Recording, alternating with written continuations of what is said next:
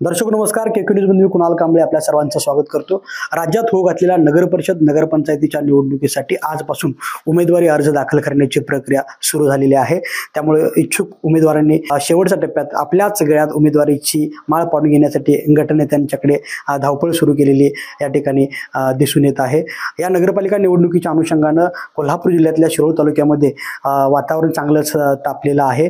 या शिरोळ तालुक्यात मोठा राजकीय भूकंप होण्याची शक्यता आहे। तो म्हणजे जिल्ह्याचे भाजपचे खासदार धनंजय महाडिक आणि काँग्रेसचे आमदार सतेज पाटील हे एकमेकांचे कट्टर विरोधक शत्रू हे या नगरपालिका निवडणुकीच्या अनुषंगाने तालुक्यात एकत्र येणार असल्याची जोरदार चर्चा या ठिकाणी व्यक्त होताना दिसून येत आहे। त्यामुळे मोठा राजकीय भूकंप होण्याची शक्यता या ठिकाणी दिसून येत आहे।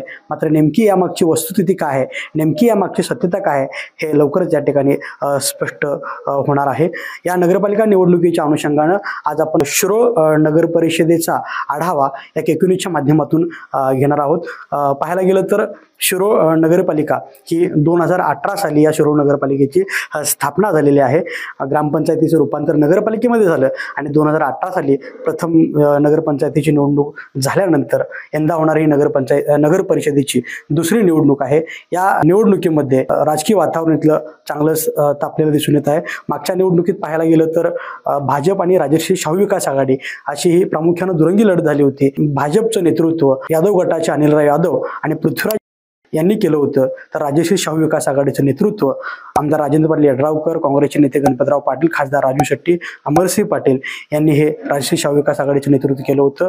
या मागच्या निवडणुकीमध्ये राजश्री शाहू विकास आघाडीचे उमेदवार अमरसिंह पाटील यांनी भाजपच्या पृथ्वीराज यादव यांचा अवघ्या काही मतांनी पराभव केला होता। मात्र नंतरच्या कालावधीमध्ये राजकारण बरंचसं बदलून गेलेलं आहे, अनेक राजकीय घडामोडी घडलेल्या आहेत। सध्या पाहायला गेलं तर शिरोळ नगर परिषदेसाठी मागच्या आठवड्यात जवळजवळ महायुती आणि महाविकास आघाडी अशाच पद्धतीची लढत होणार असल्याचं स्पष्ट झालेलं होतं।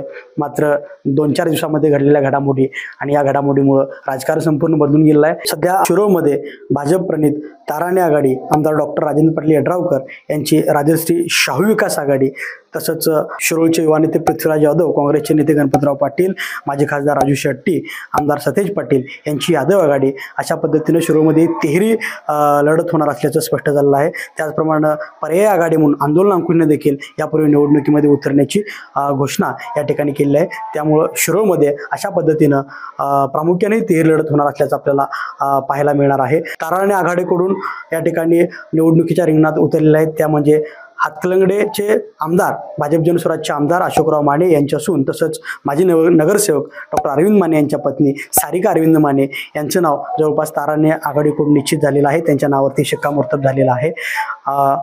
राजश्री शाहू विकास आघाडीकडे बघायला गेलं तर राजश्री शाहू विकास आघाडीच्या शिरोळमधल्या उमेदवाराची अद्याप घोषणा झालेली नाही। मात्र राजश्री शाहू विकास आघाडीच्या उमेदवाराकडे सर्वांच्या नजरा लागून राहिलेल्या आहेत। यादव आघाडीकडे बघायला गेलं तर यादव आघाडीमध्ये प्रामुख्याने त्यांचे नगराध्यक्षपदाचे 3 दावेदार आहेत। ते म्हणजे या ठिकाणी माजी पंचायत समिती सदस्या योगिता कांबळे, तसंच गणपतराव पाटील यांचे विश्वासू सहकारी दादा काळे यांच्या पत्नी श्वेता काळे आणि शिरोळचे सामाजिक कार्यकर्ते पत्रकार डॉक्टर दगडू माने यांच्या पत्नी संगीता माने या तिघांची नावं प्रामुख्याने या ठिकाणी चर्चेत असली तरी जवळपास योगिता कांबळे यांच्या नावावरती शिक्कामोर्तब होणार असल्याचं समजत आहे। थोड्याच वेळेत पत्रकार परिषद या ठिकाणी जयसिंगपूरमध्ये होणार आहे आणि या शिरोळ, जयसिंगपूर आणि कुरुंदवाड या ठिकाणच्या तिन्ही उमेदवारांच्या महाविकास आघाडीच्या उमेदवारांची घोषणा या ठिकाणी होणार आहे।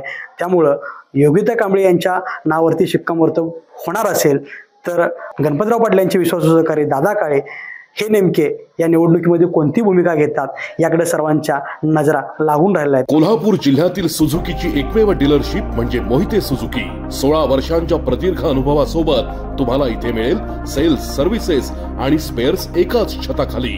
18% GST सह विविध योजनांचा लाभ घेण्यासाठी भेट द्या मोहिते सुझुकी, काळा नाका, कोल्हापूर। मोहिते सुझुकी, उद्यमनगर, कोल्हापूर आणि मोहिते सुझुकी, सानेगुरुजी, कोल्हापूर। आजच आपली गाडी बुक करून दसरा आणि दिवाळीचा आनंद द्विगुणित करा।